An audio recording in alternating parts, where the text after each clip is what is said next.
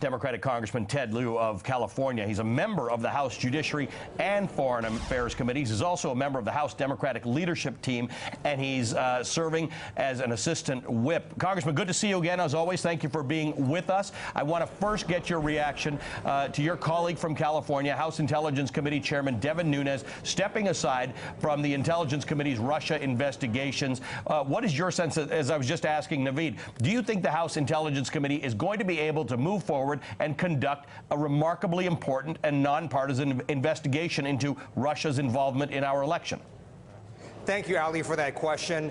I am pleased that Chairman Nunes recused himself from a Russia investigation, but that's not far enough. He needs to resign his chairmanship because he does not work for President Trump. Under our separation of powers, members of Congress are checks and balances on the president.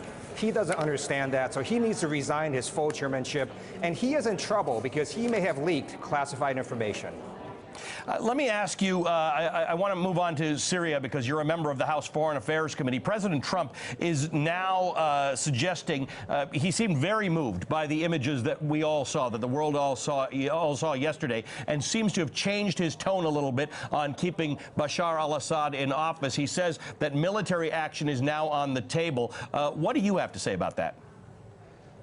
I don't know what the president is talking about because he's already been doing military action in Syria. A few weeks ago, President Trump deployed 400 U.S. ground troops without any debate in Congress to fire artillery to take back a city in Syria.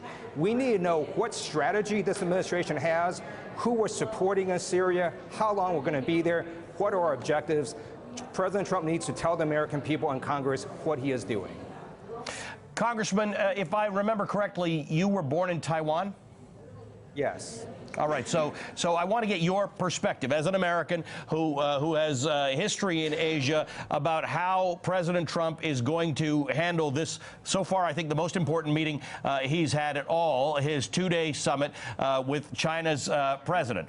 There are two issues here. President Trump's constant conversations about imbalance in trade with China, and then the issue of North Korea. What is the approach that you expect and hope that President Trump will take in his conversations? Let me first say that based on President Trump's past performance with world leaders, I have low expectations. I just want the president to not embarrass us.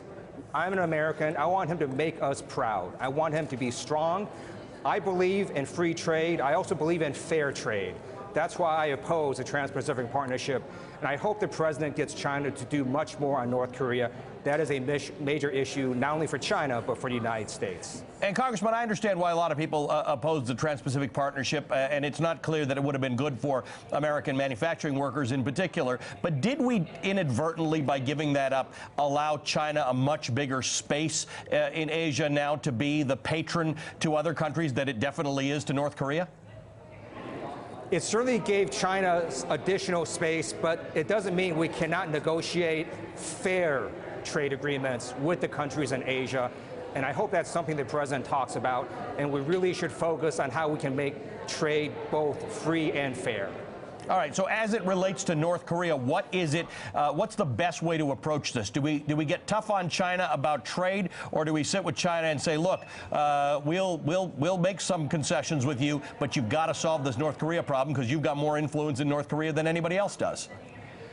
First of all, I don't want our president to give away the store. He needs to stand strong for America and get China to engage in North Korea because it's a mutual self-interest for both countries.